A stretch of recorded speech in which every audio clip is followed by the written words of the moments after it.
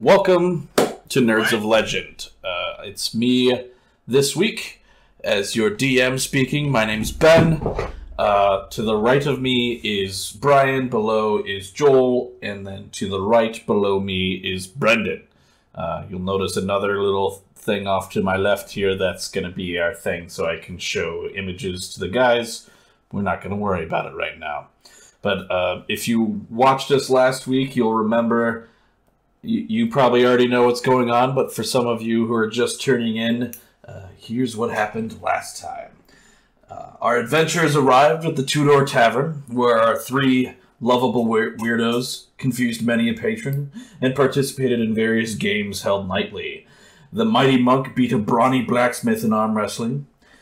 Our careful cleric drubbed a dour and drab drunkard in a drinking duel, and became very drunk and even convinced that he was poisoned.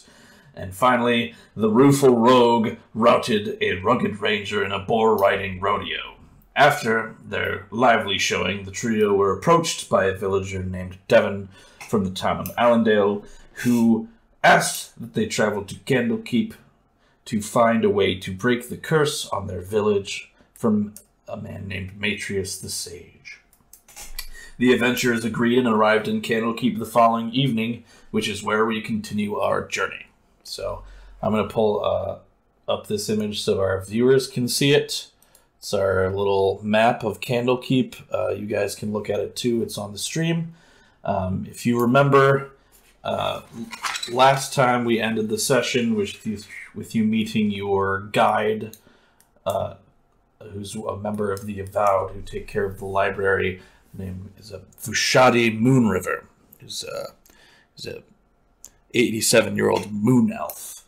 And she gave you a brief tour of the important sort of areas in the Court of Air, and then suggested that perhaps it was, if you guys were tired from your journey, you might want to retire to the Hearth. And that's where we are now.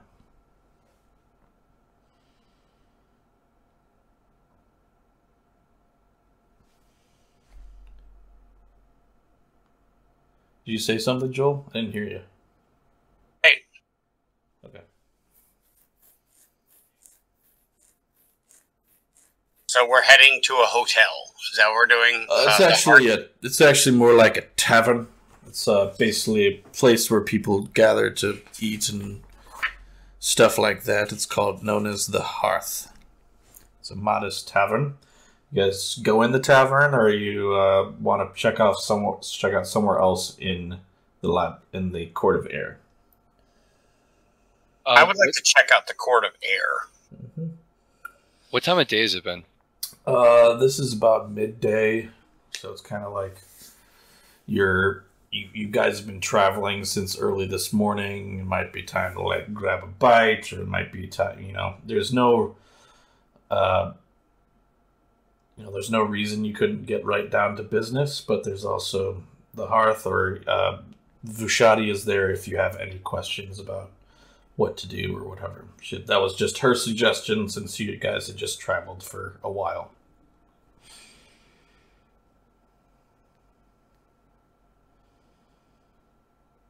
Could you possibly zoom in the map a little bit? Let's see what I can do about that.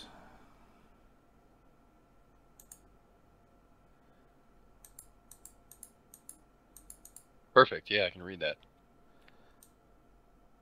There we go. There's all of it. Okay. So the pillars of pedagogy are where basically the rooms are. The erudite outfitters and clothiers is probably obvious, I would assume. Temple of Agma is just where those who are at Candlekeep are devoted to. He's the god of knowledge.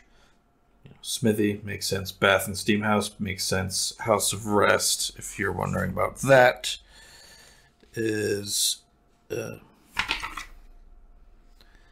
don't have it here right now, but the House of Rest is basically a bunkhouse.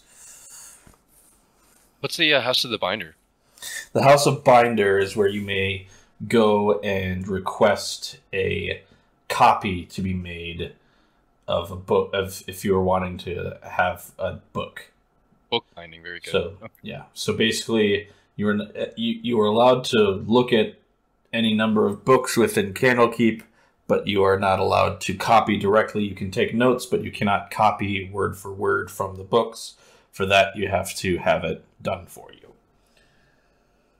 Would a bar be in the House of Rest, or would that be in the Hearth? That's the Hearth. Okay, it's a tavern. I guess I'll take a look around and see if there's any other people that are visiting from out of town, away from Candlekeep, other than us. Mm-hmm. Right now, you don't really see anybody around. It's kind of like I guess maybe it'd be like for the time of day. It's just or maybe because of the time where you've arrived, everybody's kind of already been there and doing their like already studying or whatever they're there for. Okay. Yeah, I guess I'd approach the rest of the party, and I'd ask them how long we're exactly planning on staying.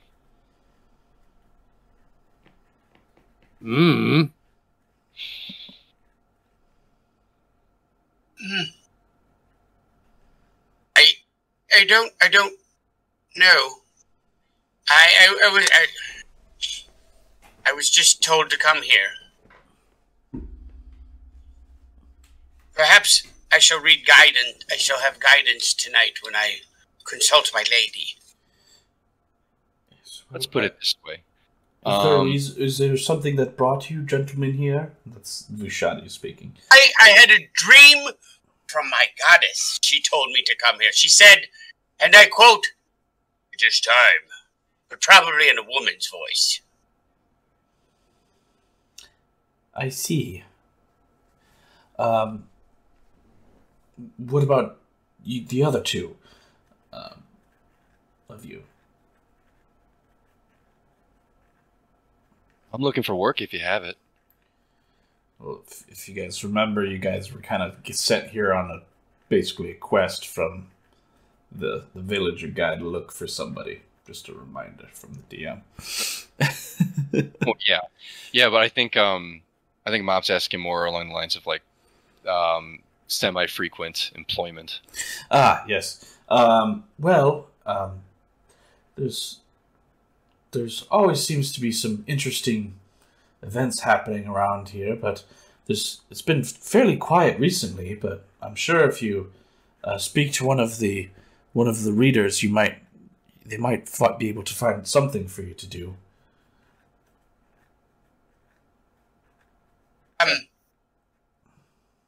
I would like to know, where's the best place? I have some notes I would like to compare.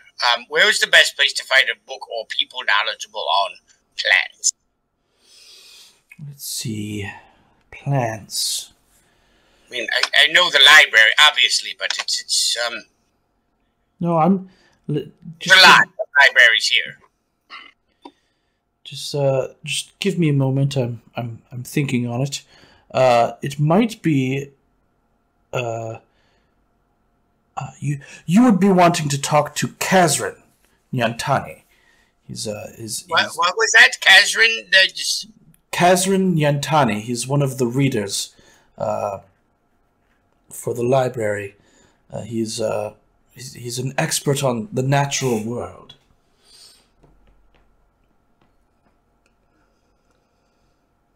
And where would I find him? I can't walk down the street. I mean, I can walk down and just yell his name. Is that how you do things here? No, that would be a little absurd, don't you think? Hold on. Okay, good, because I would have. I have no doubts about that, sir. Well, I want to adhere to your local customs, and if it's yelling in the streets, who be it for me to question them? Yes, well, though we're not.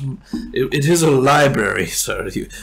Of course, it's not much of a thing that. It is a boisterous library. No.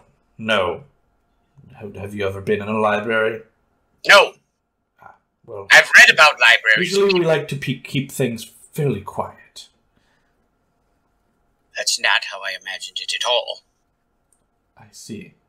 Well, if you are looking for a place that is a little bit more boisterous, there's obviously the tavern. If you are looking to study something, there's the Pillars of Pedagogy, where if you are wishing to look for anything, you can request a tome for you to review at your leisure. Right. And I may find this person again. Where?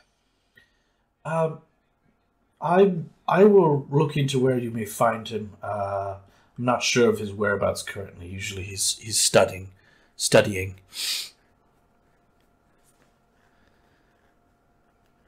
you.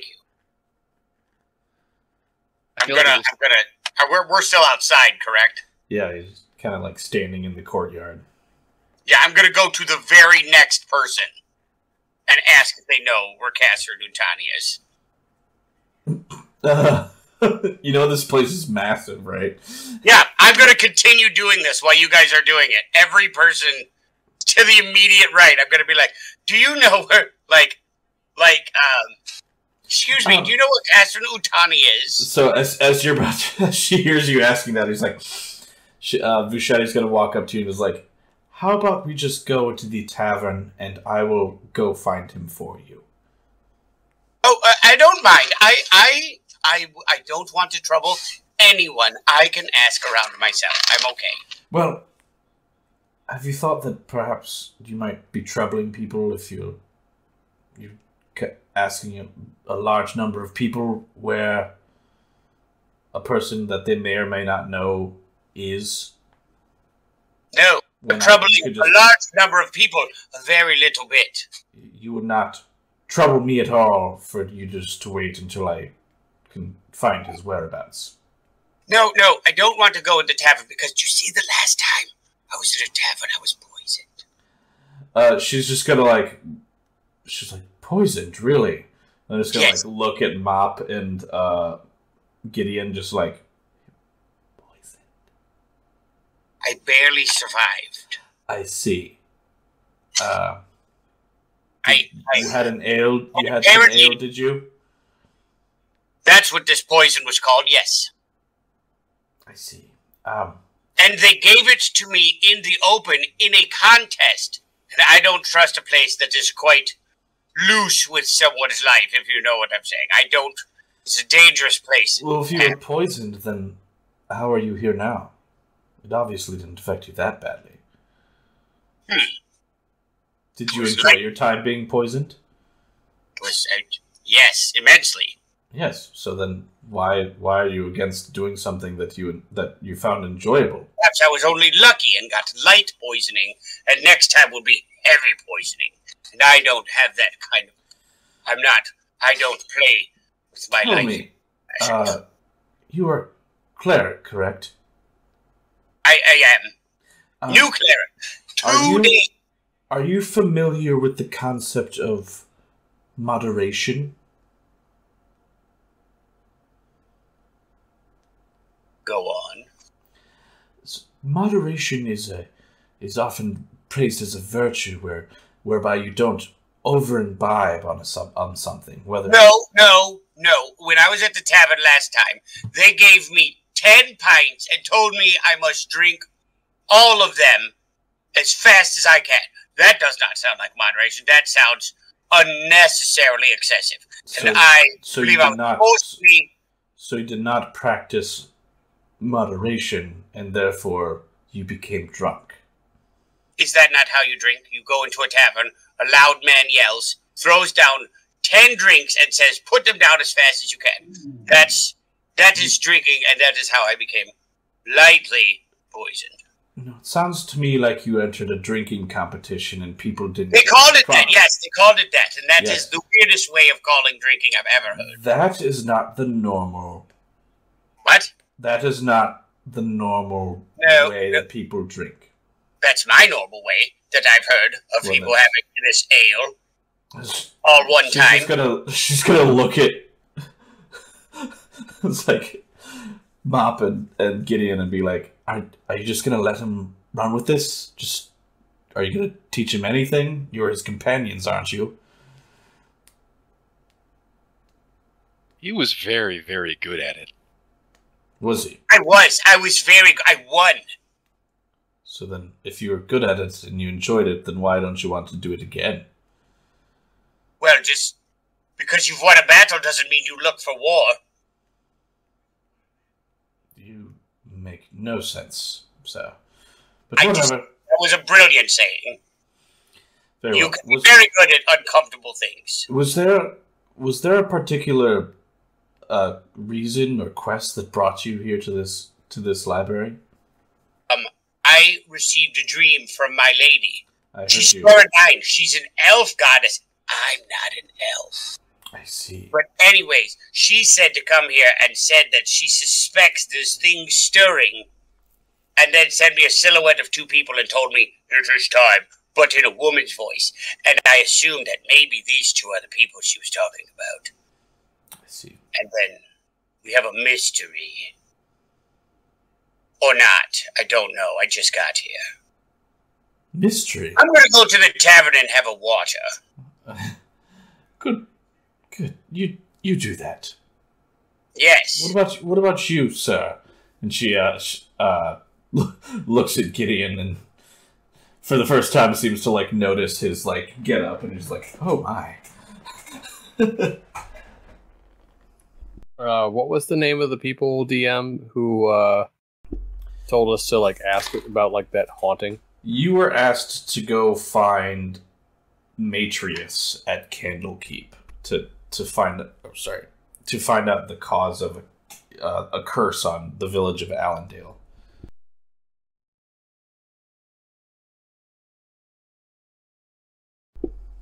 Raise it to the ground. I'm just gonna take the note out and just immediately sort of just hold it in front of her to look at. Ah, you looking for Matreous? Yes, he's been studying one of the pillars here. He hasn't been seen in a little bit, but he is studying here. Would you like to meet with him?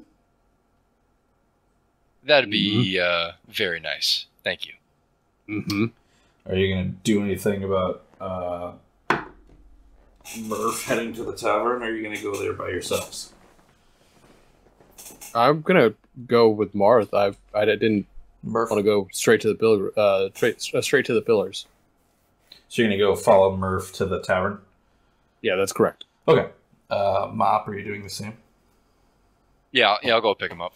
Okay, so as you guys enter the tavern, you notice that you see a very, what it looks like a modest tavern of fairly sturdy looking, with warm light coming out of the windows.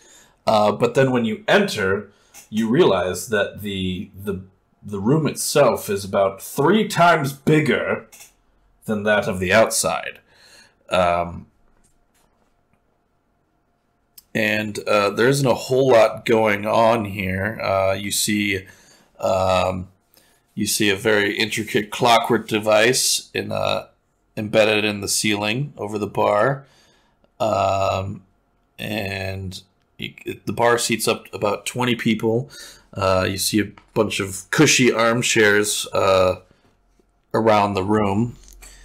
And in one corner, you see, looks like an ogre.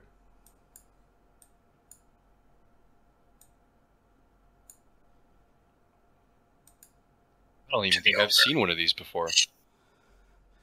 I'm gonna head to the ogre. This is what the monster manual says an ogre looks like. He doesn't look like that ferocious, but this is for people who might not know what an ogre typically looks like. I will go up to the ogre. You approach the ogre and you see that he's got a headband around his head with a jewel set in the middle, and he has a set of like pince nez on his nose, and he's reading a book. Hello, sir. Yes. How are you? Oh, I'm quite good. What are you reading there? No idea. My name is Murph. I'm sorry. You seem very unusual to have a person like this in this bar, in this establishment. I'm here only to have water. But, what are you reading? I am currently reading The Storm King's Thunder. Oh, I've heard of such. It's an epic quest. Mm-hmm. Do you happen to know where Cassian Utane is? I've been here reading all day. I haven't seen him here, if that's what you're asking. But you've seen him. Do you know who I'm talking about? Yes.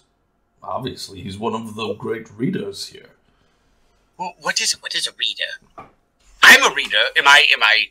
Is that like being able to read? Is that a thing of lofty value here? No, I'm sorry. That is a title given to one of the leaders of the library.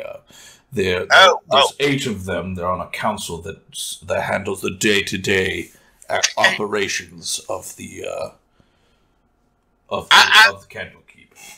I just got here, and I literally thought when they said reader, it was just how they separated the literate from the illiterate. No.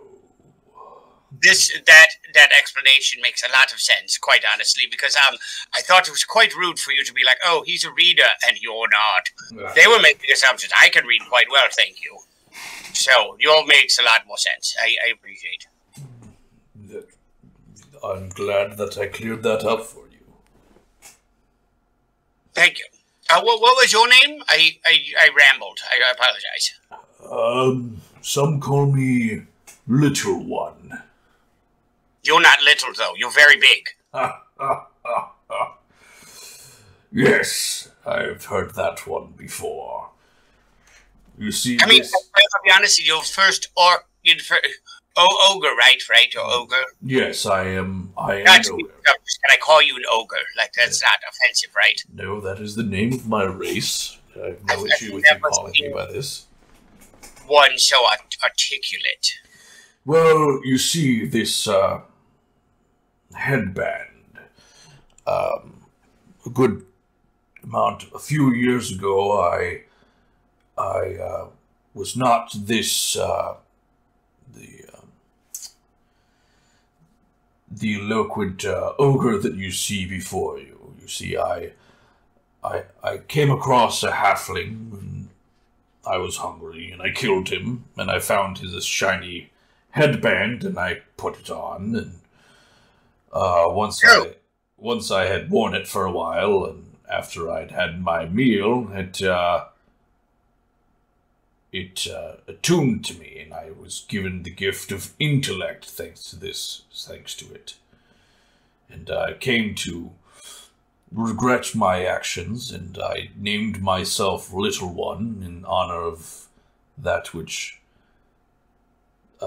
gave me the gift of intelligence. I mean, that's... I understand regret, but that is part of your nature as an orc, is it not? As an ogre, I apologize, I'm sorry. It's a part of your nature to kill those that are smaller than you at that time. It's part of the circle. That is true, but... do not regret it.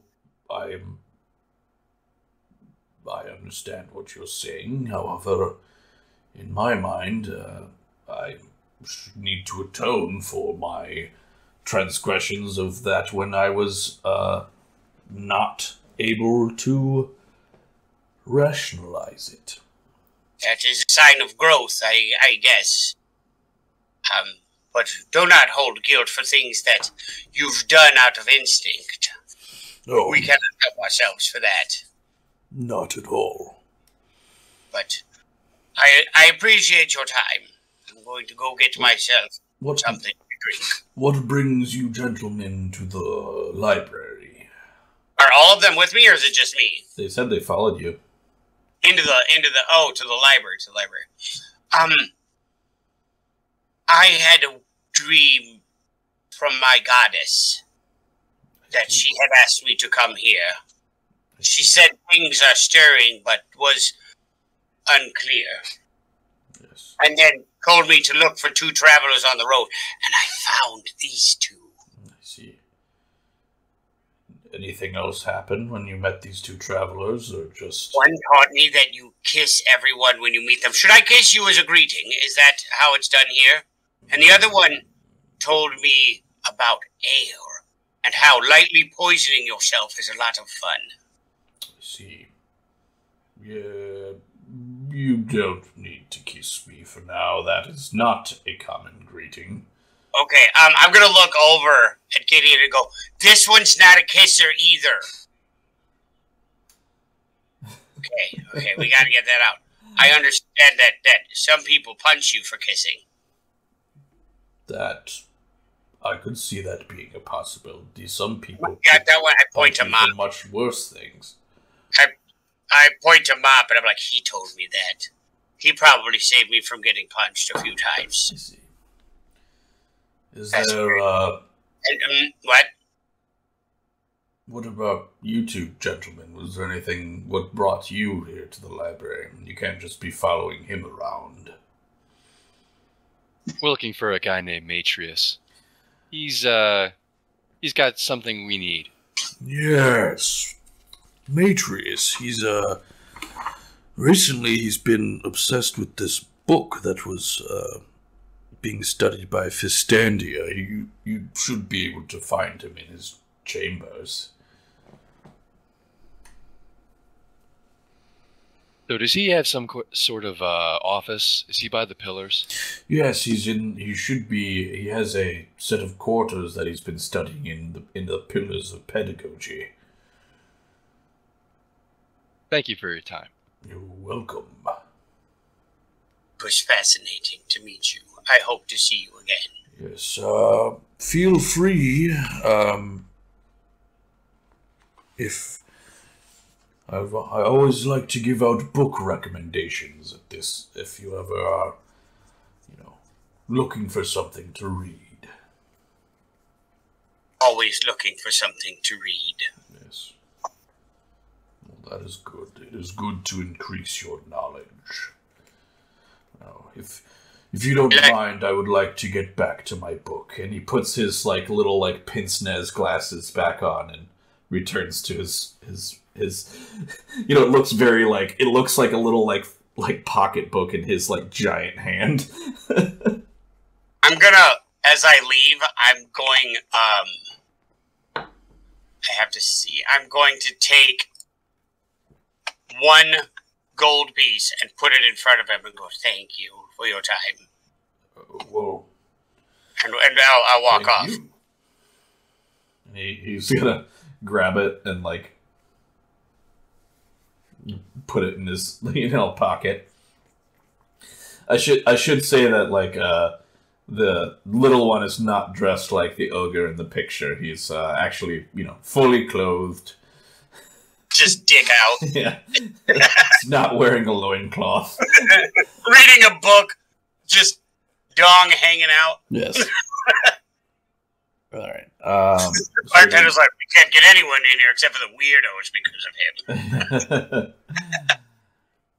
All right. Are you guys headed to look for Matreous? I actually am going to go to the bar and ask for a cup of water. Bartender gives you a cup of water.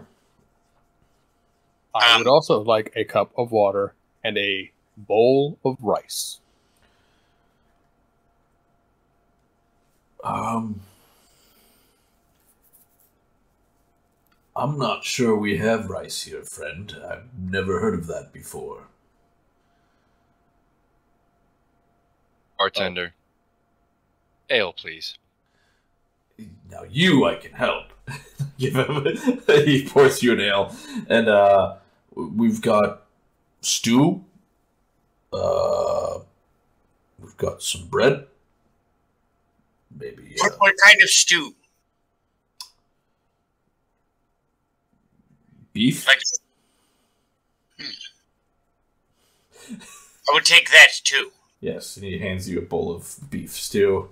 I will put a gold piece on the table. The bartender looks down, looks back at you, looks down, and just quickly, just Murph. I'm gonna look over at who's sitting next to me at this point. Can I take Murph by the shoulder? Yes. Hi, Murph. Hi, Ma. How are you? I'm thoroughly entertained. That's So very good. I would hate for you to be bored.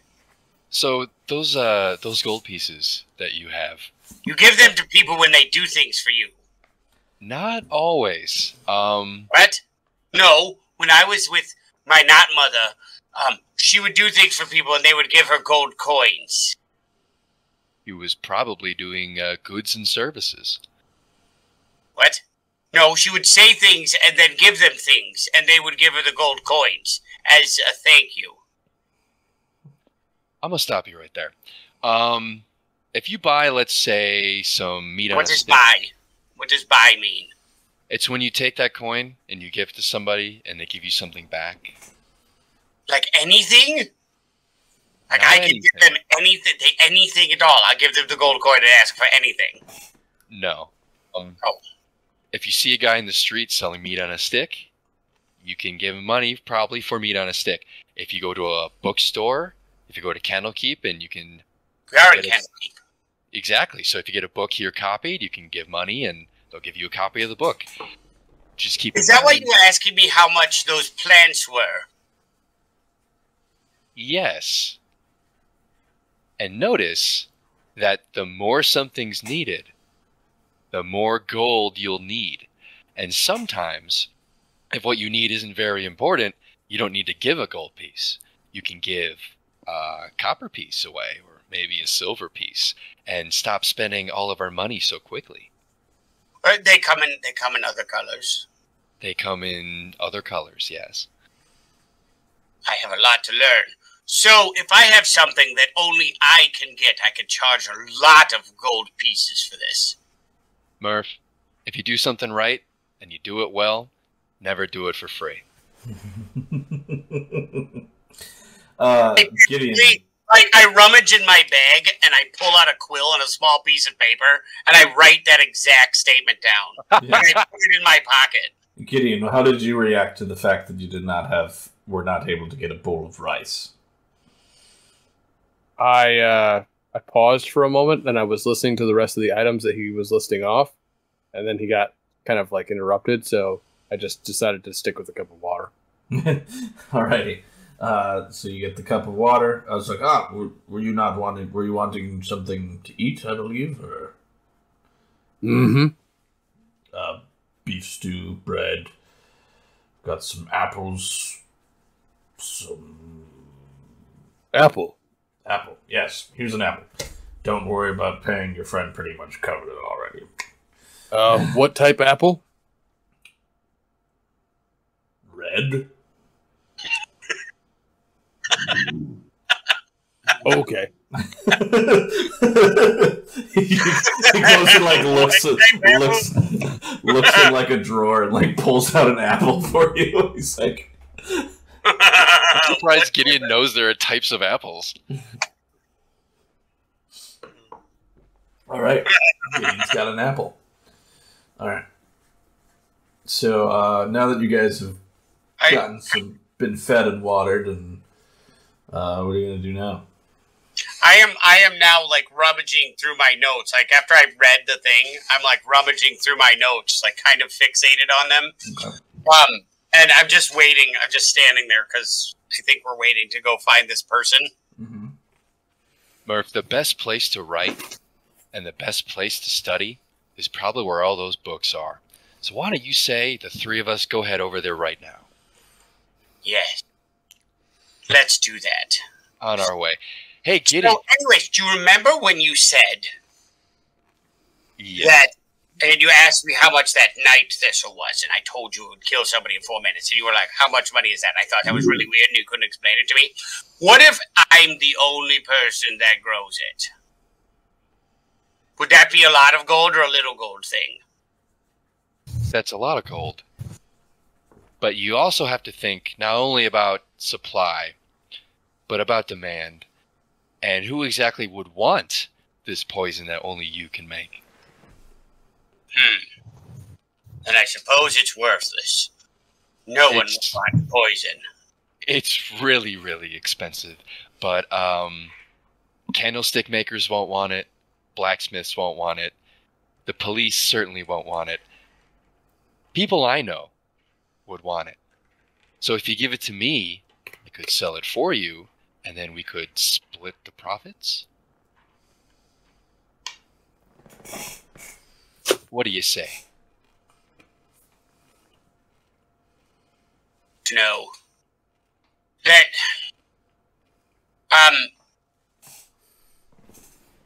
We'll let the dice gods decide. Here we go. Yeah. That's a 7. It's a great idea. I think. I have 4 little pieces, and they're in these little glass jars. I give you 1. I won't let you down, Murph. You have to grind it. It's a powder. It's a powder? Okay. You have to grind it into a powder, and then it goes on top of things. It won't dissolve in water or oil, but it can be. It has a cinnamon flavor. How do you know what it tastes like? Well, I've tried it. You have a problem with watered-down, seedy ale, but you've had this poison, and you're fine. I know lots about poisons, yes. Well, how do you know? Do you taste the poison? When we were studying them, that's what my mother and I would do. And then we would taste them and go, oh, that's poison, that's terrible. And then she would heal, and then I would be fine. But also, there's yes. Also, she could make some things poisonous that are poisonous that are not poisonous. I can't do that, but she could do that. And she could make... And so sometimes we would take poisonous things that were spices, we'd use them in cooking. She would do a sting, and they would not be poison. They are poison. I'm going to pull a Murph right now, and I'm going to take this paper that I borrowed from you, and I'm going to write down all these things about this particular poison. And then Gideon can take his apple, because we can walk with the apple, and go to where the books are. How does that sound for everybody? I like apple. He likes apple. Not hearing any no's from you, Murph. No, I already said it's okay. Hold on. And then he goes to the person right to the left, and he goes, do you know where I can find Catherine Untain? He's a reader. Yes, I know who Kazrim is. He's probably in the library.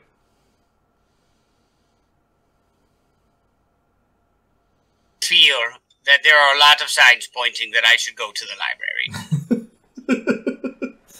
At this point, Mop's just going to walk out the door. I follow. He's just going to start going. Oh. Alright, you guys follow him. Are you guys going to see, because Vishati said she could show you to Matreous' study, if you guys wanted to see it. So where you going? Just want to go? Is that where the pillars are? Yes, the pillars of pedagogy. He's studying in there. Yes. Yeah. Let's go check out his workspace first. Okay. Yes. So you guys enter. You guys, Vishati shows you to the pillars, and she's like, this should be Matreous' room. And she knocks on the door, and there's no answer. And she's like, "That's strange. I checked, and he's supposed to be here. One moment." And she's going to, Matreous, are you there? And there's still no answer. And she, when she's like, "Hold on," and she pulls a key from her pocket and opens the door, and there's nobody in the room. There's the only thing you can see is basically some scattered personal effects and a handful of books, and then on the desk is a book with its open to like basically halfway open. And that's it. That's in the room.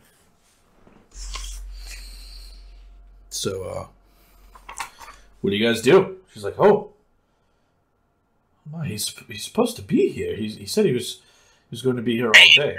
Can I look around? I want to investigate, but not like. Yeah, I want to investigate. Give me an investigate.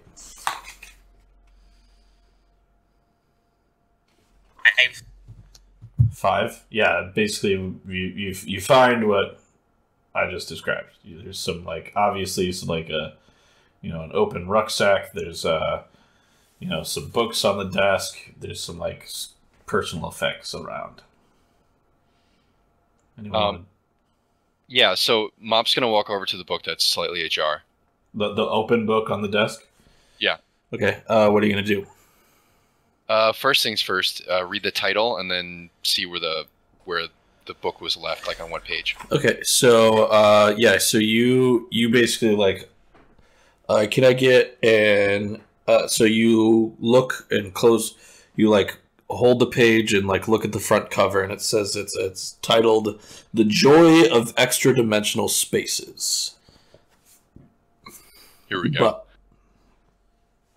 And you see it's got a very thick, ornately tooled leather cover with gold filigree. And then in the center of the page is a bust of a very imposing looking spellcaster. 1 second. Some mouse problems. And boom! This is what the book looks like.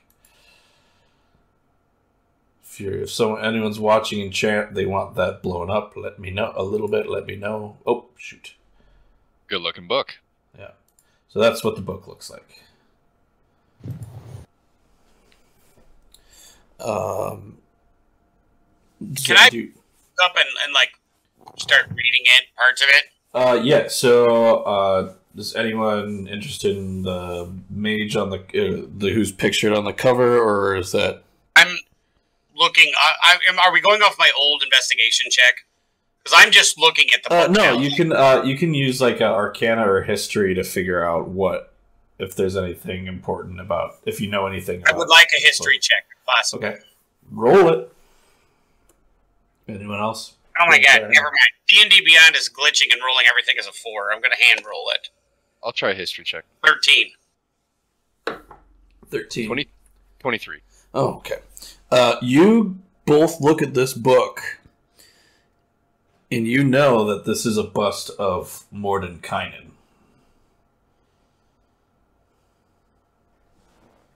It's a big name. Yeah. Some spells are named after this I've guy. heard about him too. Yeah. So, and then if you turn to the yeah, so if you turn to the and with that check, I also say that you kind of like look through and there's like all kinds of hidden notes or like handwritten notes throughout this book. You get the gist that this is sort of like a thesis or research on extra dimensional spaces. So like basically it's sort of like looking into an expansion on the spell Mordenkainen's Magnificent Mansion. But if you look to the page that it was open to previously, you see there's like a ton of like handwritten notes and like stuff like throughout it. I try to make any sense of the notes. Okay, give me an Arcana. Arcana. Okay. 15. Okay. You look through the notes on there, and you realize that it's sort of like an attempt to decipher a code word, and you figure out that it spells out that the code word is scepter.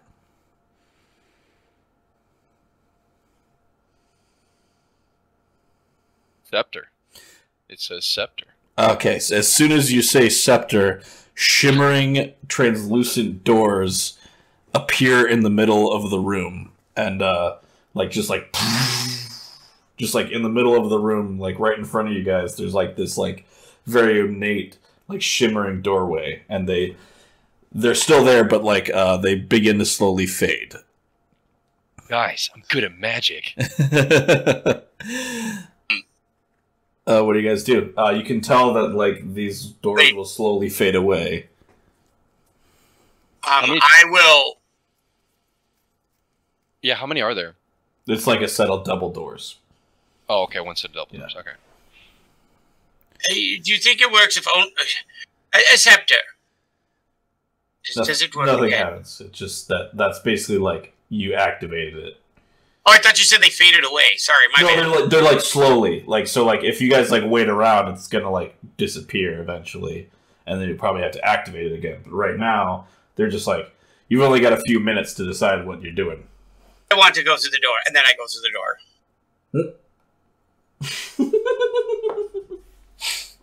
Okay. Gideon, you saw him go through. I don't think Matreous will mind if I hold on to this book, right? I'm apparently pretty good at this sort of thing. It's very interesting, and something tells me we might need it to get back. So I'm just going to borrow this book for a while. If you don't mind, I don't mind.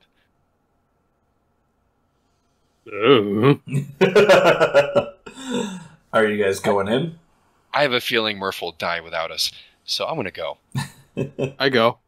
All right, so you guys go in, and you see as soon as you walk in, and give me 1 second. We got another. Oh shoot, wrong thing. We got another doodly doop thing. So you guys enter, and you. All right, yeah, in the foyer. M1. So in M1, you see the ceiling arches about 15 feet overhead, and long hallways stretch out on either side. And standing in the middle of the area is a middle-aged man wearing gray robes. And as soon as you guys enter, he goes, oh! He's startled. He's, oh my! I'm so glad you showed up. I've been trying to figure out the code words to get back out of here for almost a half an hour. It's Matreous, I presume? Yes, I obviously knew that the code word to open was scepter. But I'll tell you what, this place, I believe Fistandia found this ages ago and was able to create a permanent casting of Mordenkainen's magnificent mansion. Now, there has to be all kinds of information and treasure here. There's no telling what it holds. And he's like, for example, I found this imp statue, and I'm going to take it back to Candlekeep for study. And it's like I would like to figure out the mysteries here, but I need to do some research back in Candlekeep. And he like bustles past you guys and out the door. And as soon as he goes out the door, you hear a ah! And the doors slam shut and disappear.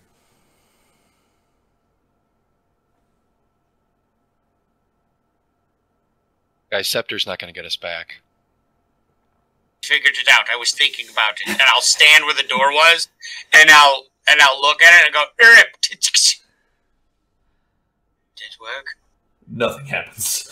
No, saying scepter backwards doesn't work. So, I guess we live here now. That's not going to fly with me, Murph. We need to find some way to get that word in this book that gets us back. Okay. Now, it took him a few hours to figure it out. So he had figured out the code word. He had figured it out. No, basically, you guys reopened the door and walked in. Well, we need to figure it out because I don't want to live here forever. I go to the left. You go to the left? Yes, I start walking down to the left. You just going down to the end of the hallway, or are you going to stop at any of these doors, or what's your plan? I would like to go in the first. I would like to peek in like the first door, M5. M5? Door, yeah. What are you doing, Gideon? I just not go in, just open the door. Okay, so you open the door, and you see the entire far wall of this room is a floor-to-ceiling bookshelf. There's more books resting on several scarlet armchairs and small wooden tables, and there are several paintings on the walls. And then there is a fluffy black cat curled up on one of the chairs. There's books in here. We should look at them. Okay. I'm assuming Mop's still right by me. Can you describe what this mansion looks like?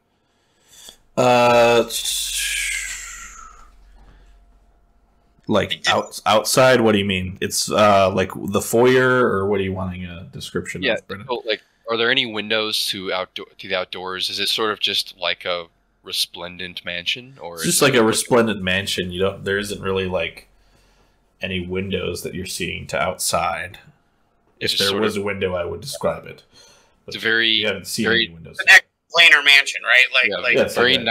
Very nice looking. Okay. Yeah, like it's very like posh and like cool looking. But yeah, so yeah, all you see, Murph, in this room is there's a cat in a chair.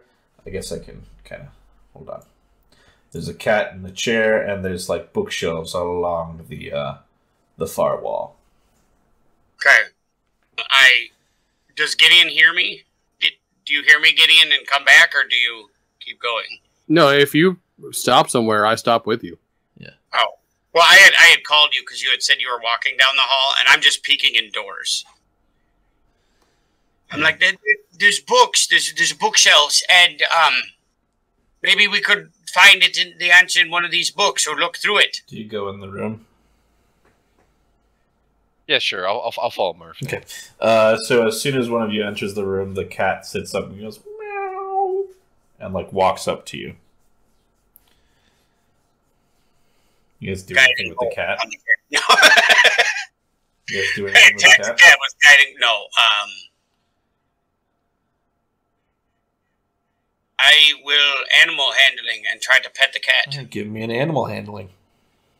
So it seems 14. good. Yeah. So it seems to kind of like appreciate the petting and just kind of seems to just like rub itself on your legs. I will go, hello, kitty. Do you know how to get out of here? You don't know how to get out of here. You're a kitty. And I'll keep scratching the cat as I'm kind of like inanely mumbling to the cat about if he knows how to get out of here. Meow. I don't.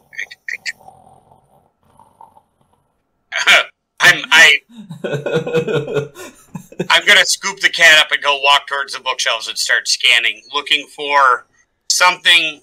I think I'm gonna start looking for something with another reference to Mordenkainen in it, because I think that's a good starting point. Okay, so you're looking on the bookshelves? Yeah, but I'm scanning while holding the cat and petting. So you see like almost every single one of these books was written by someone named Fistandia. Is there any titles that stand out? Honestly, it looks like most of these are almost like memoirs written just like by her. There's nothing really that stands out. Could you give me just give me a quick investigation check?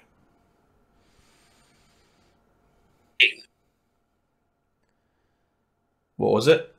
13. You notice that there's a book. There's the leftmost book.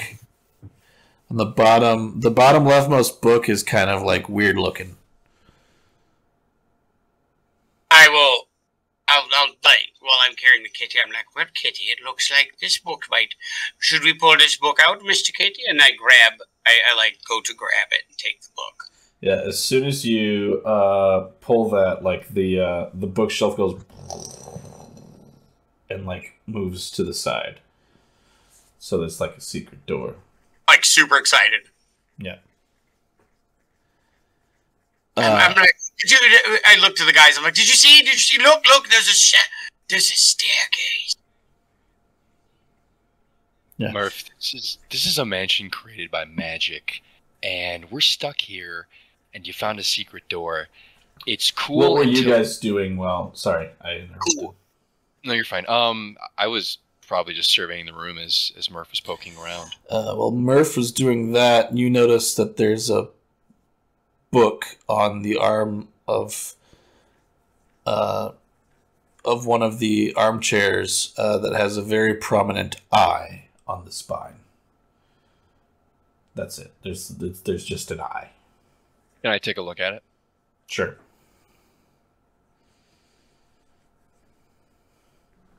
I don't pick up the book, but I sort of just try to like read what the title is or on the spine of it. There's no title. It literally just has an eye.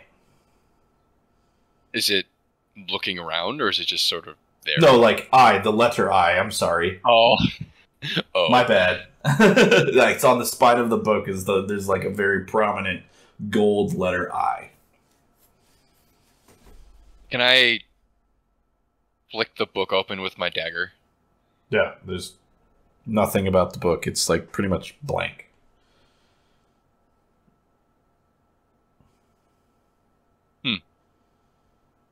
Can I take it?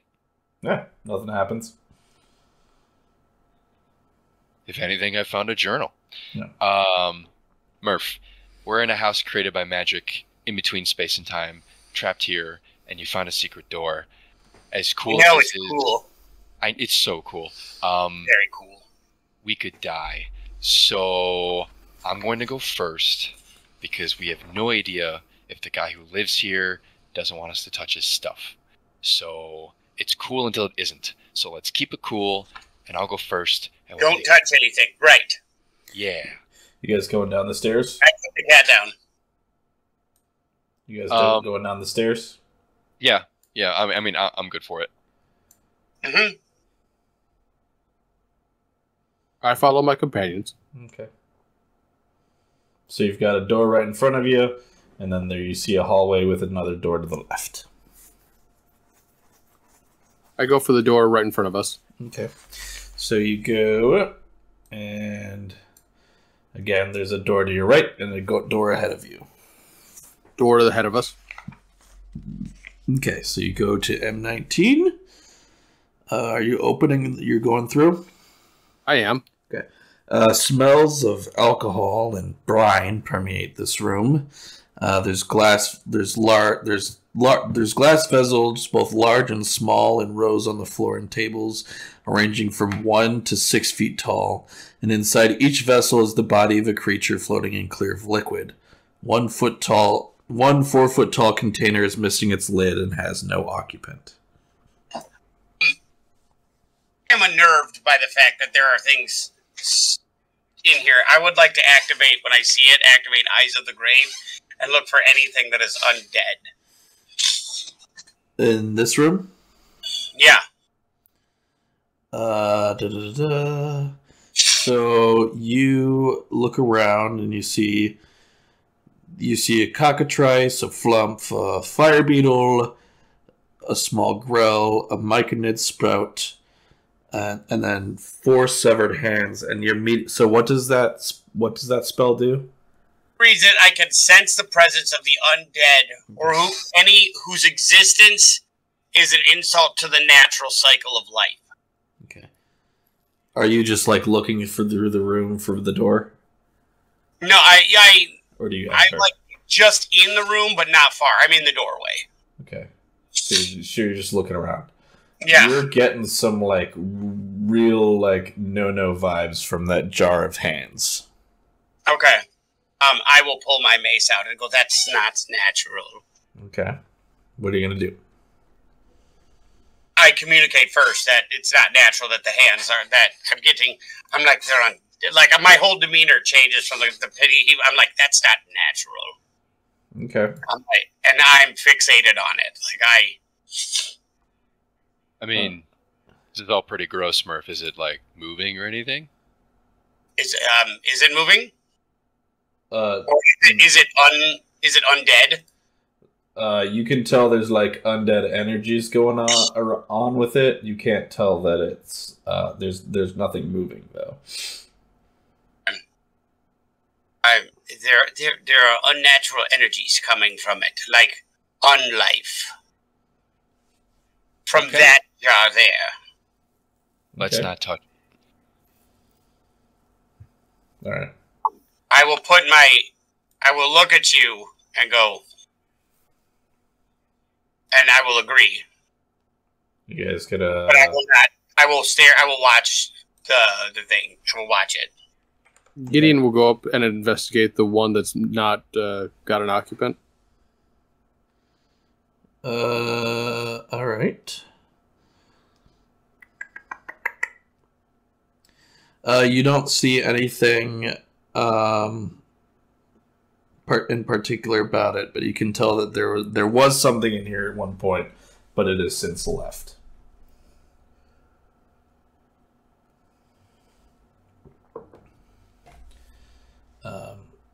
Can I tell maybe where it left to? Is there like a trail of liquid or anything like that?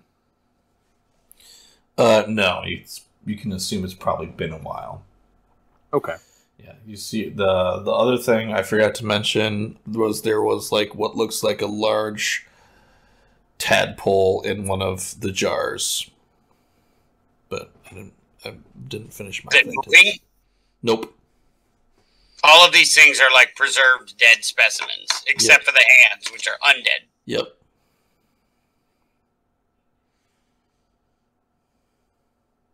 I think Mop's completely okay with just turning around and leaving the room.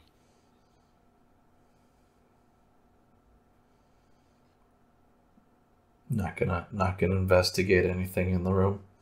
It smells weird. Bunch of decaying corpse tissue that's being preserved with weird chemicals. Even Murph is concerned. Once. Did you say that there was something cooking in here? No, it's like Murph wants to basically. destroy something. Okay, what are you gonna do, Murph? Well, trouble's brewing. There's that. He keeps staring at the little hands, the undead hands, and getting really, really worked up. And then, I am going to cast, Guiding Bolt at it. Okay, roll for initiative. We'll roll initiative, alright. 2!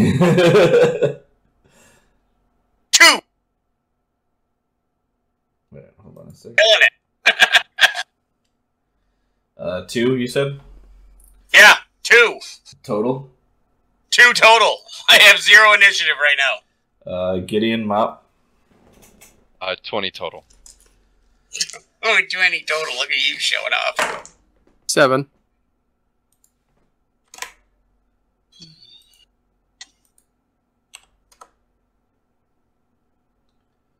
Oh, shit. Hold on.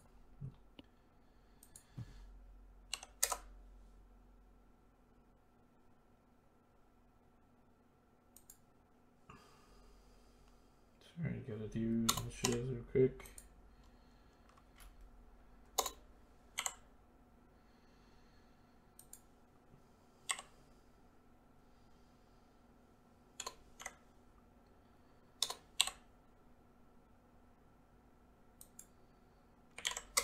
Okay.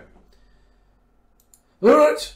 First up, we have Mop. Roll your attack on the jar of hands. Me? No. Joel. Murph. Yeah. Yeah. 24. Okay. Yeah, the jar bursts and the crawling claws like come to life and head towards you. And now it is Mop's turn. So there's 4 crawling claws. That's gross. It is unnatural. It is unnaturally gross. I'm going to take out my short bow Uh-huh. and try to pin one of the hands to the floor with an arrow. Okay. Roll your attack. Let's see.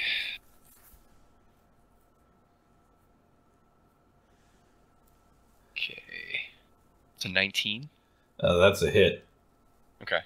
So you pin one hand to the ground, and it stops moving.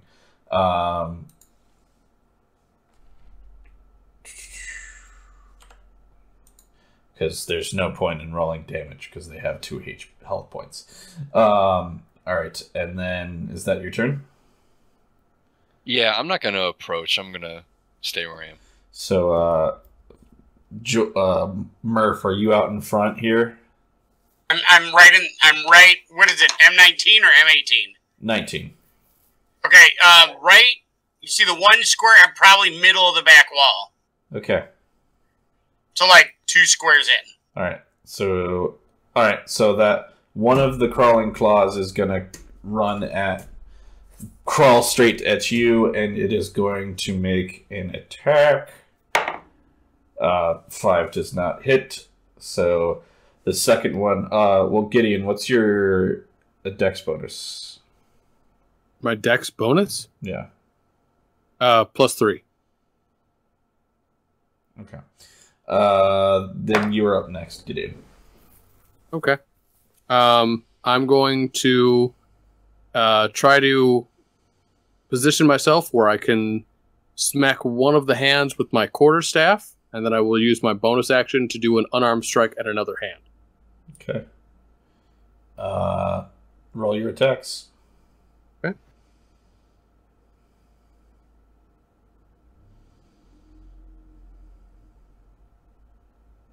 Here we go.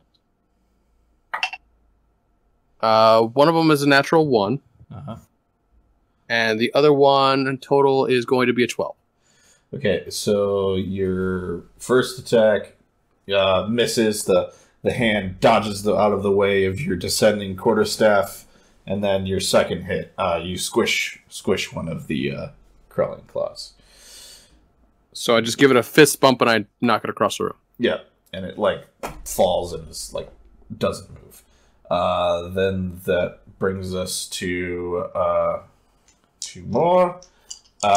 These ones are both gonna come again crawling straight at Dulmec because he's the one that disturbed them. Does a 14 hit you? No. Okay, so these claws try and crawl up to you, and they try and ineffectually scratch at you, and nothing happens.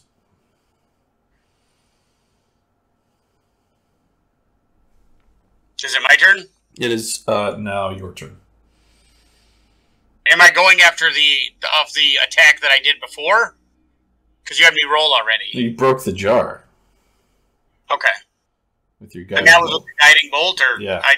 Okay.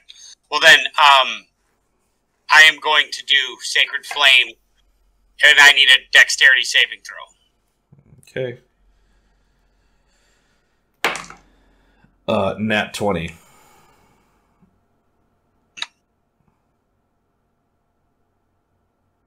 So you try and blast this one with fire, and it just so is it just half damage when it hits, or 0? 0? Take nothing. Okay. So the hand dodges out of the way of this little blast of fire, burp of fire you send at it, and that's back around to Mop. I'm gonna try to shoot another one if I have line of sight from the doorway. Yeah, you can hit another one. That's 14. That'll hit. So you squash another hand, and then there's one left, and it's gonna again try to. Oh, this one is a 21 to hit Murph. So it hits you for 5 damage. He rolled the max. So, and then it is Gideon's turn. One more claw.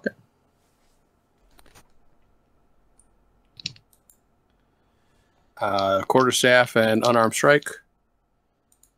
So whichever one, I should really actually do different dice for this. But yeah, one of them is going to definitely hit because that's a 21. Yep. You squish it. Okay. And now combat is over.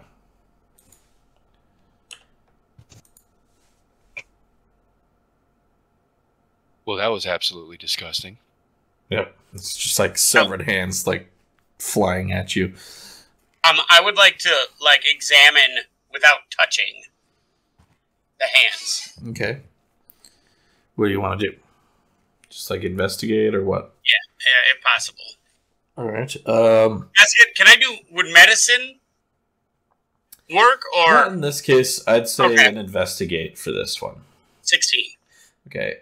You can tell just from like your what knowledge of magic that you have that there wasn't anything like necessarily like nefarious going on here. It was more like these hands were here for long enough, just in this very magical place, absorbing magical energy for long enough that they reanimated. Do I make the assumption that everything here would do the same thing? No, you think it's just this is something that happens with like these crawling claw creatures. They like tend to like when they're exposed to like it's a common occurrence. You're not gonna come up. It's not like this entire place is like a necromantic haven. So because they're inherently undead things, I decide that they come back because they're already if I'm correct, they're hands. Yeah, they were just severed hands. Yeah, a crawling claw is literally just like a severed hand, and it was just like sitting here chilling in like magic juice for long enough that they like animated. Okay. So they were essentially like on a trickle charger and recharge. Right. Okay. Exactly. I'll set up and I'll be like, they're foul creatures. They're undead or disgusting. An aberration to the natural world. I'm glad we took care of that. Anyway, shall we go and look around some more, maybe? Sure. I would like to grab one of the hands and walk up to Murph, and I would like to extend it towards him. I will slap it out of your head and go, that's disgusting. Technically, that's us touching stuff. And I thought we had talked about that. Is that assault? Not assault. The hands assaulted us, or at least tried to. Also, I've never seen dead tissue move before, so I'm still kind of... I'm coming down. That's a little terrifying. It was a little comedic because it was just hands, but if there were a body attached to it, we'd all be screaming in fear. So let's not touch anything. Got it. Okay. Mop is going to uncomfortably leave the room. Well, I will follow. And I'll look at Gideon and be like, disgusting. Put that down. Can Mop listen at the door at M18? Yeah. Okay. Yeah. You don't hear anything. Okay. I'm going to pause while you guys are investigating and spend that moment like doing a prayer. So I'm going to be kind of standing in the middle of the hallway or just off to the side. Praying for guidance. Okay.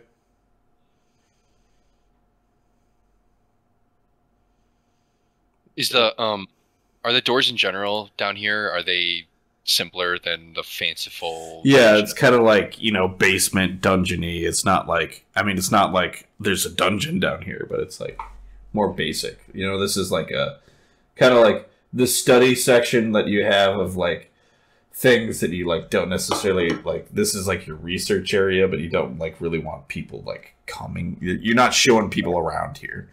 Right. Is there a lock on the door? Nope. All right, cool. I'll just open it. Okay. And then in this dark stone-walled room contains only there's only a few objects. There's a 5-foot circle of intricate runes on the floor. There's an empty wooden bookstand opposite the door, and bronze braziers at the 3 cardinal points of the circle. At the other 3 cardinal points of the circle, and then whatever material they contained has long ago burned to cinders, but the room still smells like charcoal and sulfur. And then sitting next to the bookstand is a warty toad.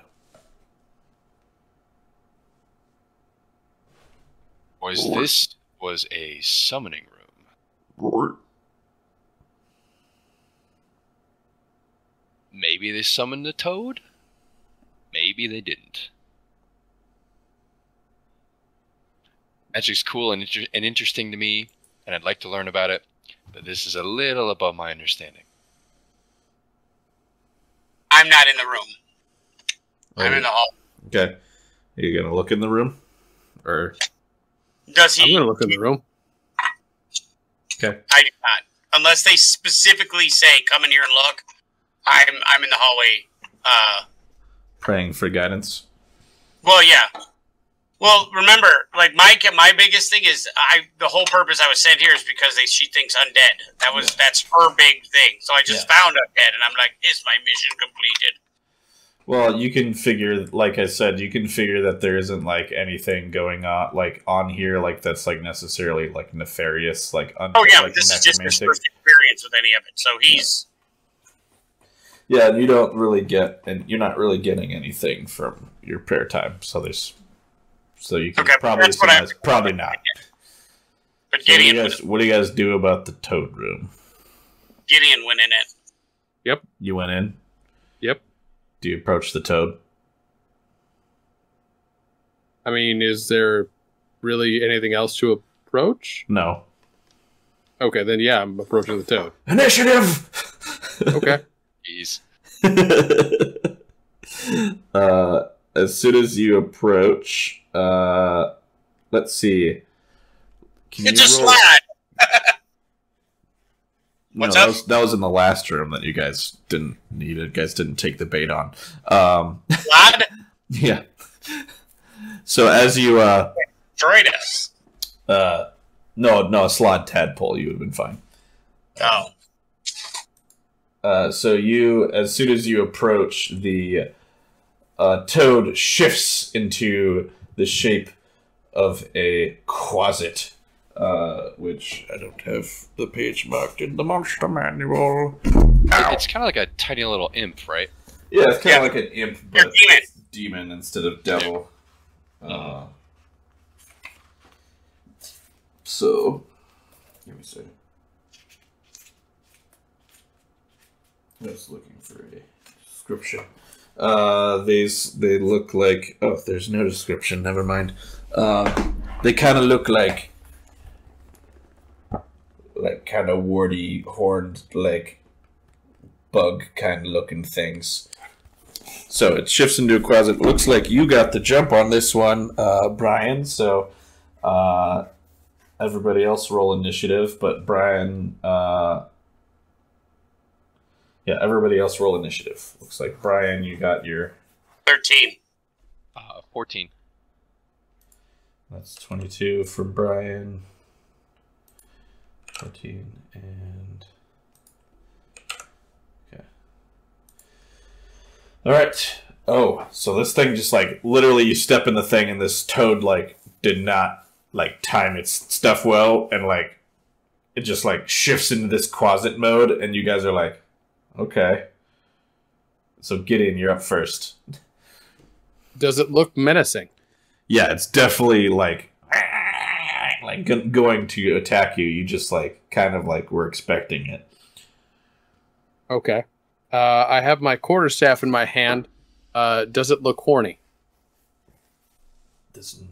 I mean, it's got horns. Then I'm going to bap it. You gonna bap it? Yes. Give it a bap. Okay. Since it's just, like one thing, I'm just going to do two-handed, just come down with the quarterstaff. Okay. So I'm using the versatile quality. Okay. So that would be a 12 total. Oh, you missed. It dodges out of the way. Okay. Okay. Is that your turn? That's everything, yeah. All right. Mop, your turn. This thing seems a little too flighty for a bow, so I'm going to take out my short sword and lunge at it. Okay. Give me an attack roll.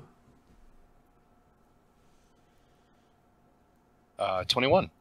Oh, yeah, you smack it. Smack it real good. Should I roll damage? Mm-hmm. Okay.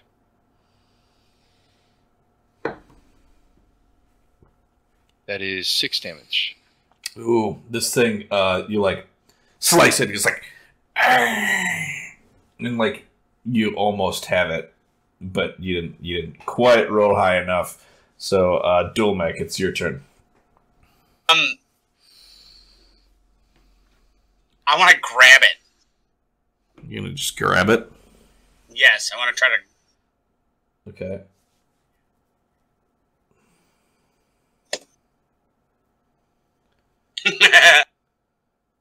What do I have to roll to grab it? That'd be a strength contest, right? Right? That would be a 7. Oh.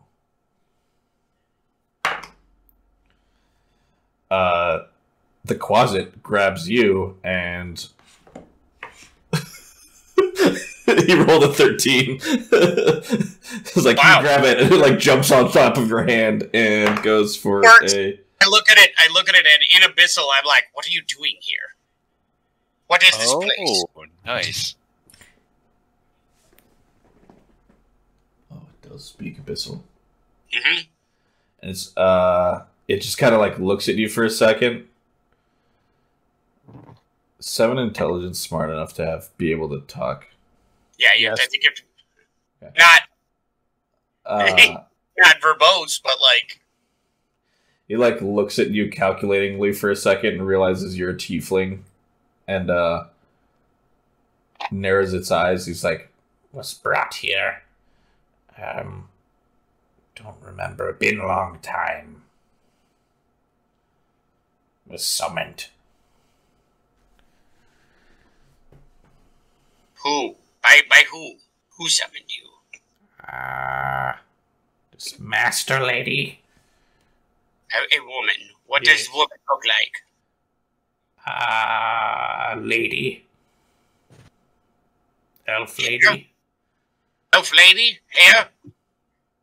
Hair color, long, short, tall, skinny? Elf lady. Not very wise, not very smart. All mortals look alike.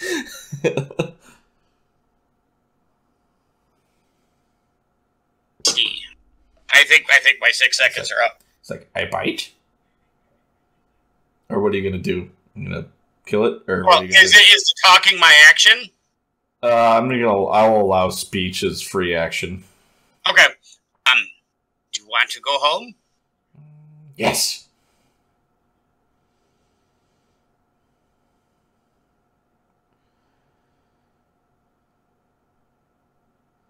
Okay.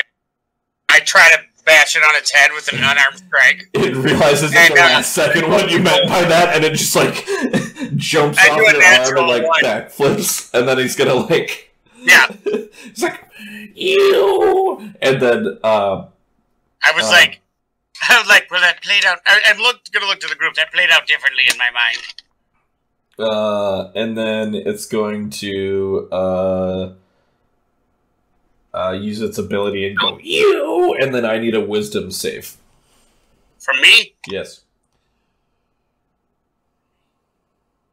Perfect. That's the only one I'm very good at. 22. Okay, you can tell that it tried to, like, frighten you, and you're just like, this is just like a little tiny, like, whatever. Like, I don't care about this. This isn't an undead. Why should I care about this demon? Yeah. I look, I'm like... Background to Gideon. Okay. I'm going to try to use my quarterstaff again. Okay. That's a lot better. That's a total 16. Yep. So while this thing's, like, still in midair and just tried to fear Joel, Gideon comes up like from behind Joel and just like baseball swing, whack right into the and just like smack it right into the wall, and it's just like and just like splats. And in Abyssal, I'll say, now you can go home. Yeah, and then it starts to like fade away into like, you know, black goo and shadow and dissolve. Does any of you guys speak Abyssal? I do not. I will explain afterwards. He said, I'm like, he said he was summoned by a elf lady, and that he's been here for a long time. Well, he doesn't have to worry about that anymore. No, he did want to go home, and I believe that we sent him there.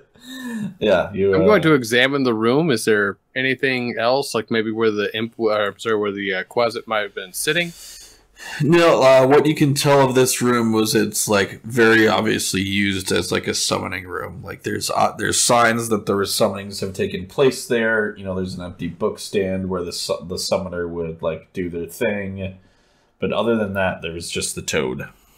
Can I look at the circle on the floor? You said there was like something in the floor. Yeah, there's a 5-foot diameter circle with intricate runes. So it's like a Is it etched in the floor, or are they like inlaid in the floor? I'd say in this case it's like a chalk circle. Like a chalk circle? Yeah. I would like to use... Hold on, I have to make sure I have it first.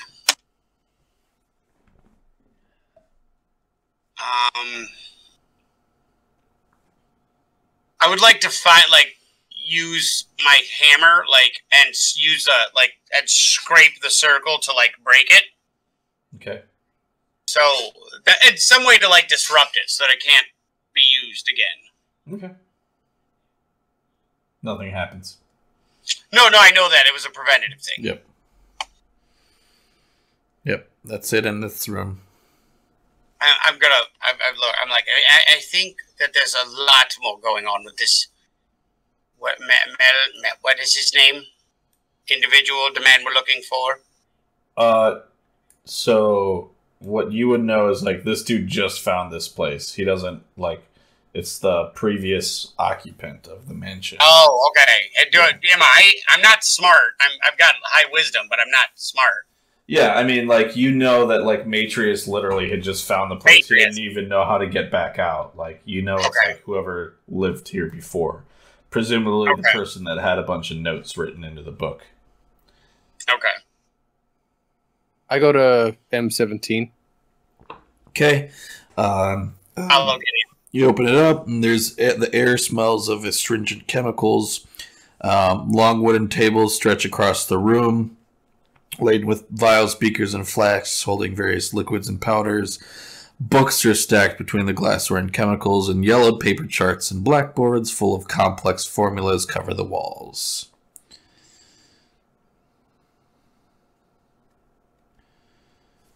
So, what do you guys want to do? I think Gideon's the one that walked in first. Yeah. Mm-hmm. What do you want to do, Gideon? I start to examine the room. Is there anything either of use or of any kind of particular interest? I'm going to look at the tables to see if there's anything, because you said that there was stuff already inside, some of the vials and whatnot. Is there anything that I can identify? Do you have any knowledge of alchemy? I don't believe so. No. Okay. Then. So you do notice. I have a little bit of understanding of things of that nature. Okay. So you can tell that there are. So what you notice, Gideon, is there are on a table. Well, for one thing, on one of the tables, there's resting up against a large beaker. There's another book with nothing on the cover, nothing on the back, but there's just a large letter B on the spine. So there's that for one thing. But you do notice that on another table, there's a 4 clay figures in the middle of the room, and they range from a rudimentary, barely humanoid shape to a small winged body so lifelike it almost appears to be a real creature that is merely asleep. You try and discern anything from that?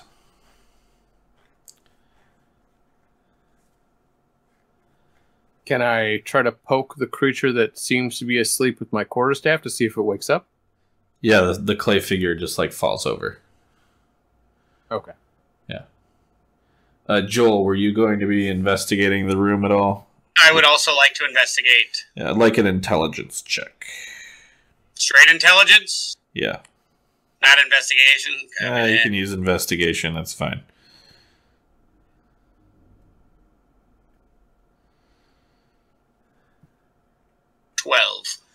Okay, you can figure out from looking around, from like all the charts and stuff, that whoever was here was researching gold transmutation.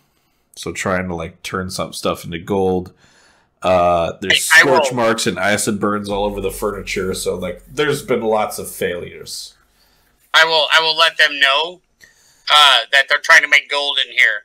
Yeah. Also, you can tell that a lot of the alchemy stuff, just from looking around, you gather a bunch of like the more like valuable or like rare alchemy materials, and there's about 50 gold pieces worth.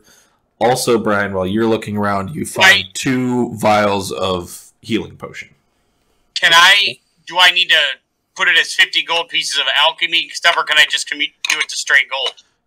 I will allow you to choose either one. You can either choose to like hold on to them as alchemy materials, or just transfer the gold. I'm asking I don't mind keeping them and then having to go sell them, or do you just want me to, if I don't intend to use them, just be like, I'm going to put them into gold? Gold. Okay. Yeah, then I'm going to just take and add the gold. Yep. Brian, do you investigate anything else about the clay figures? After I go ahead and kind of like pocket the 2 healing potions, yeah, I suppose I'll take a closer examination of them. They just look like those like kind of creepy scarecrows that you might have at like grandma's house that are like up against the corner. They just look. No, they're like in the middle of the room. Could I get a like Arcana check? Sure. I don't know if you're proficient in that at all or not. I'm not. Would like to give him, as he's looking around, I'm like, would you like help? And I'll reach out. As I notice he's like really looking intently at something, I'll reach out and cast guidance on him. Okay. So that gives you a D4 to add. I'm going to need it because I've got +0. So. Here we go. 6 and 3, so 9. Just enough. Well, you're not sure, but you think that there's something that was like trying to be created here, but you don't know enough about magic stuff that you'd have any indication. So.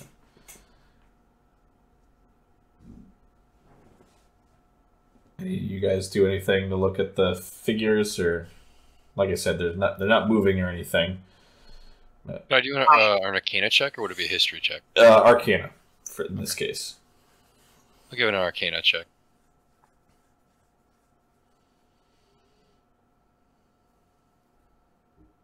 It's a non-natural 20. That'll do it. You know from your like studies that this was part of a process for creating homunculi.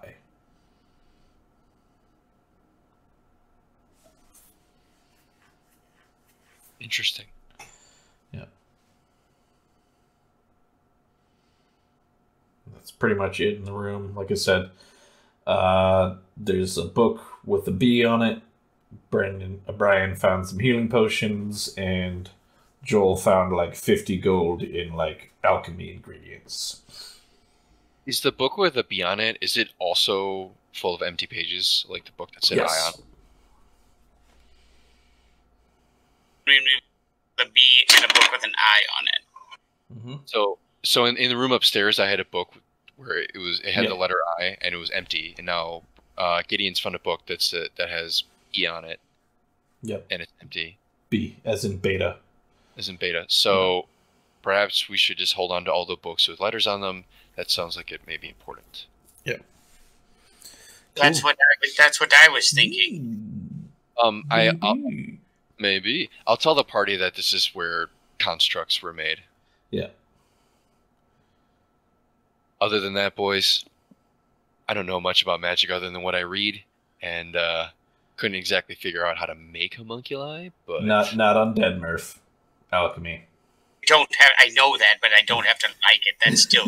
It's an abomination. It's not quite an abomination. It's just unsavory. So, are you guys going to retrace your steps? This is pretty much it for the basement.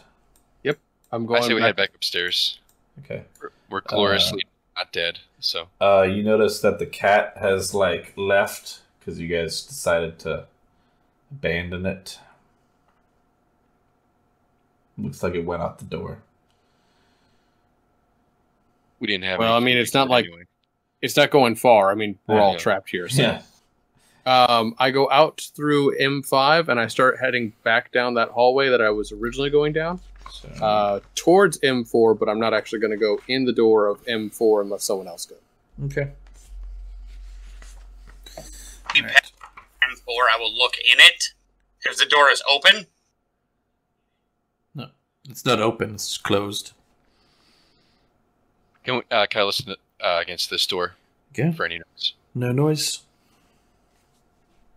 Now these doors are fancier, right? Yeah, this is like you're in a mansion proper. So, is there a keyhole that I can peek through, or? Give me an investigate. Sure. Or perception. And perception. Okay. At 12. All right, I'll allow it. You peek through the keyhole and you see a broom, just sweeping the floor. Just a broom. I mean, you can just see a broom. So that's all you can really see. Yeah, no one is. All right. So it's not like an inanimate, or it's not an animated broom. That's all you can make out is a broom. The broom. Guys, I see a broom. It's sweeping. What you gonna do? Brooms do. I've never known a bridge troll or an owl bear or an umber hulk to sweep, so I'm not too scared. So I say we can open it. Yep. Do you open the door? Yes. Yeah, so you can see with an owl bear. The most interesting thing. There's an owl bear! Surprise! No. It's a bridge troll riding an umber hulk holding an owl bear all sweeping. Here's Pit Fiend! No. Told you! Yeah. They're all synchronized sweeping at the same time. Obviously, the most interesting thing about this room is there is a broom hovering in the air sweeping the floor by itself. But also, the room has a battered wooden mannequin and weapon rack holding staves and daggers, all lit by indigo-tinted light streaming through a window. The floor is stained and scorched. So there's a broom just chilling there, psh, psh, psh, psh, psh. Can I take a dagger off the rack and throw it at the dummy? You throw it at the dummy? Yeah.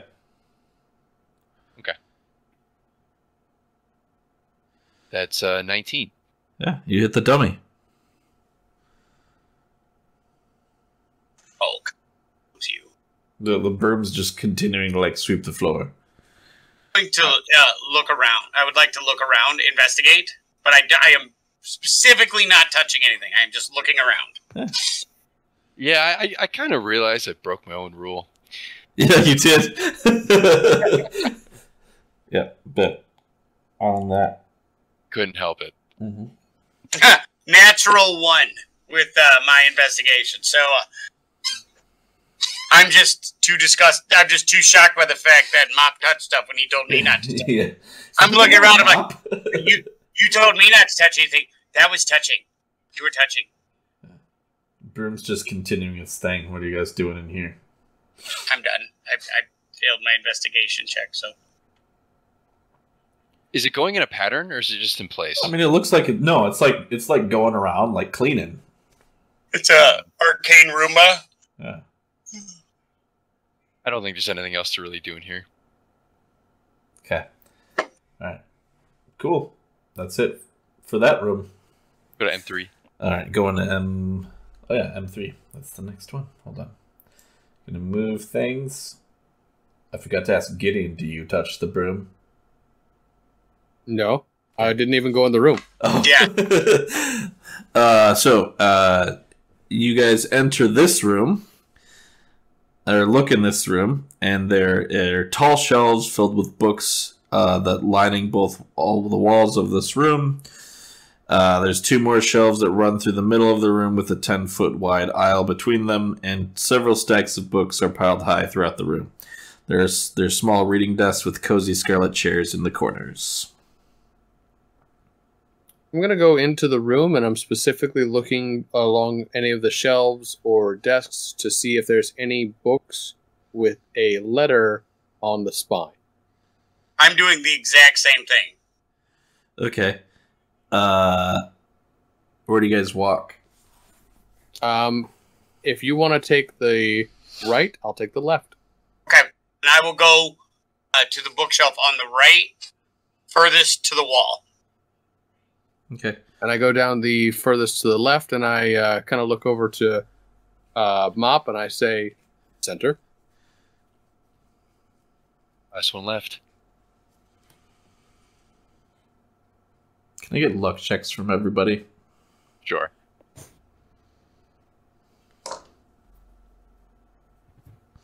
Roll 20. 18. That's a 2. All right, Mop. As you walk between the bookshelves, all of a sudden one of them starts falling over, seemingly like by itself. I need a dexterity save. I can do better with that. If anybody was going to fail, a luck check requires dexterity. It's probably good Mop did. Yeah. That is a nat 20.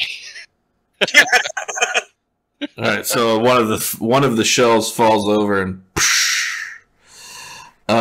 and as you then you are missed by the bookshelf, all of a sudden out of the bookshelf a swarm of books comes floating out of it, and I would like everyone to roll initiative.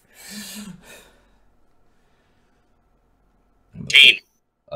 And we're coming up on time. I don't know if we want to continue or... We can finish this encounter. Okay. Is that good with you, Brian? It should be okay. Okay. What did everybody roll? I got a 14. 13. I got a 7.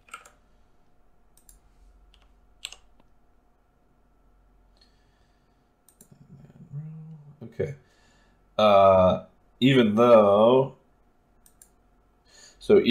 you were able to jump out of the way of the falling bookshelf, Brendan, you were still caught by surprise by the swarm of books, and it flies at you. And I'm assuming a 21 hits you. Yes. Okay. All right, and then it's going. So you're basically pelted by all these books that are flying at you, and they hit you for 8 points of bludgeoning damage, and just like. Oh my gosh. I like to think to myself that, while he's getting buffered by books, I'm just hearing, blood butterfly in the sky. I can fly twice as high. You're humming it. In a book. Take a look. Up next is Dual Mech. All right. I will see the books flying all around him, and I am going to throw my light hammer at them, trying to knock one of them out of the air. It's a reading pain bow. Reading pain bow, yes. So you're going to throw your hammer at it? Yes. I would like you to, give me a roll your attack. Wow. That's 6. 6. Oh, that's not gonna do it, son. No. Gideon, it's your turn. How many books are there? It's just like a swarm. It's just like a swarm of books, just like flying at you. Oh, okay. I have pictures. Boop. Guys, the books beat the crud out of me. I'm like actively bleeding all over the floor. Yeah, you're like, oh no, this is not good. I take a flying leap off of the crashed bookcase, and I come down with my quarterstaff, and I'm just like, Harkonite Reaper! Oh! Roll to attack. Yep. So I am using the versatile quality on my staff. Okay. 15? 15 will do it. Roll your attack. I do believe that's a D8.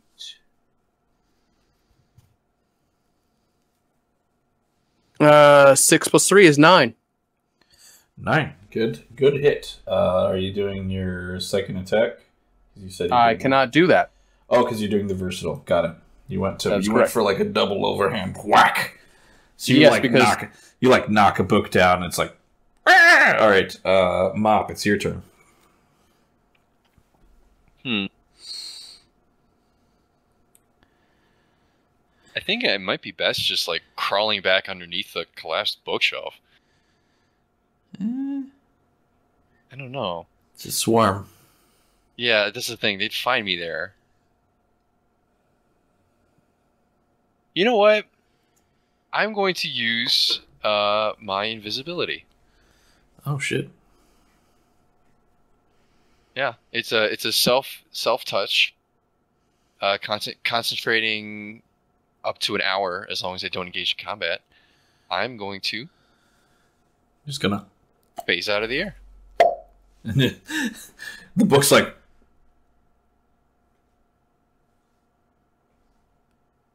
And just like looks at Gideon.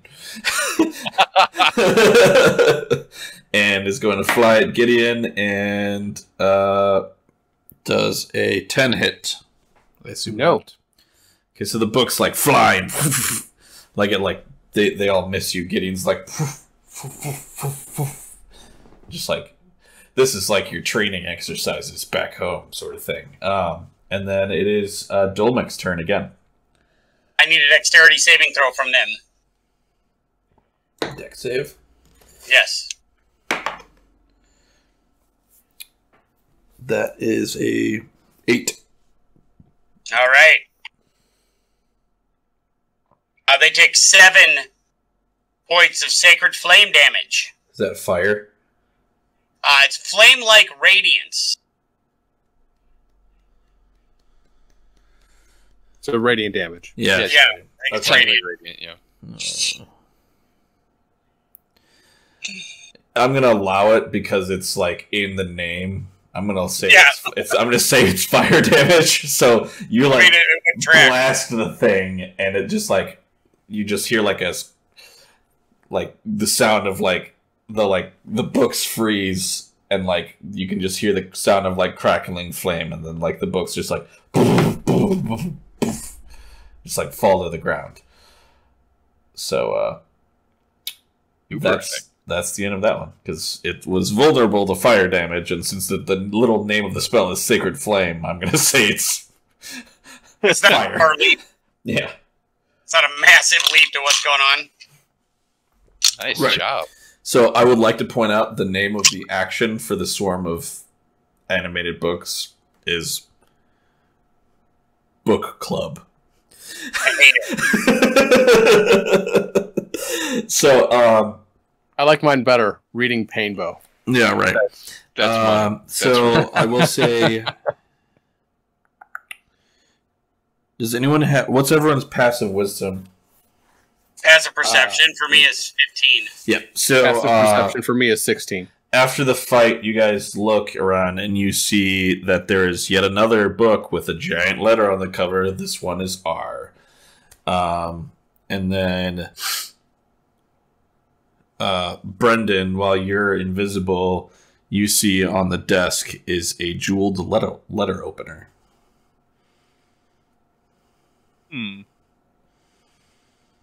I'm going to prod it with my dagger. Flip it over. Nothing happens. It's literally just a jeweled letter opener worth 20 gold. Do I see him move it? Do I see it move?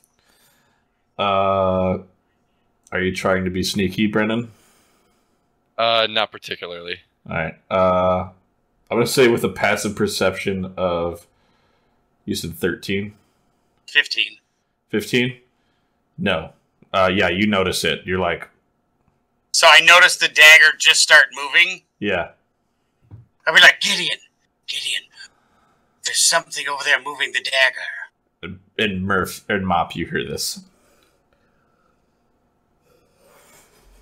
You know what? I'm going to let him stew on it a little bit. All right, I'm going to cast Toll the Dead in the area. I attack the darkness. Got it. Okay. Yeah. Fire magic missile into the darkness. No, I'm joking. I won't because it'll kill him. Yeah. And we're Well, at time, but You would have to, like, actually see him to do it, though. You'd have to have, like, because, Toll the Dead. You can't. You have to choose targets, so. I would be casting it on the knife, on the dagger. It says, "Oh, it's creature." Never mind. Yeah. All right. So with that, Brendan, what do you do with the dagger? Or we just kind of play this little game of chicken that we've got going on right now? Where? Well, no, I was gonna go over and just grab the dagger. All right. Gideon takes the dagger. You miss out on the letter opener. Oh no! I thought you said wait. He's invisible. Yeah, Okay, we can't so- see him. So that you were talking about the letter opener then when you said the dagger. Yeah, sorry. Yes? Yeah, sorry. It's the letter opener on the desk. It started moving because of Mop. Because Okay, he's- yeah. Then he's I paranoid. meant I go over and I pick up the letter opener. Yeah. So you take the letter opener. Yeah. Tried to give you some loot there, Mop, and you decided to not follow the bait. So that is the end of that. With that, we're going to end our session because we're coming up on time here. I hope everyone enjoyed our little beginning of our jaunt through Fistandia's mansion. I it took a little bit longer to get into the mansion than I anticipated, but that's okay. And on Monday, we'll be seeing... if you wish, we're going to be reviewing and talking about in our book club Desperate Measures by Joe Clifford Faust, and which is book 1 of the Angel's Luck series, and then we will continue our campaign on Wednesday. That's all I've got. Remember to please like and subscribe if you so choose, and we will see you guys again on Monday. I've been Ben, Brian, Joel, Brendan, and we'll see you again soon. Bye-bye. I wasn't ready with the OBS.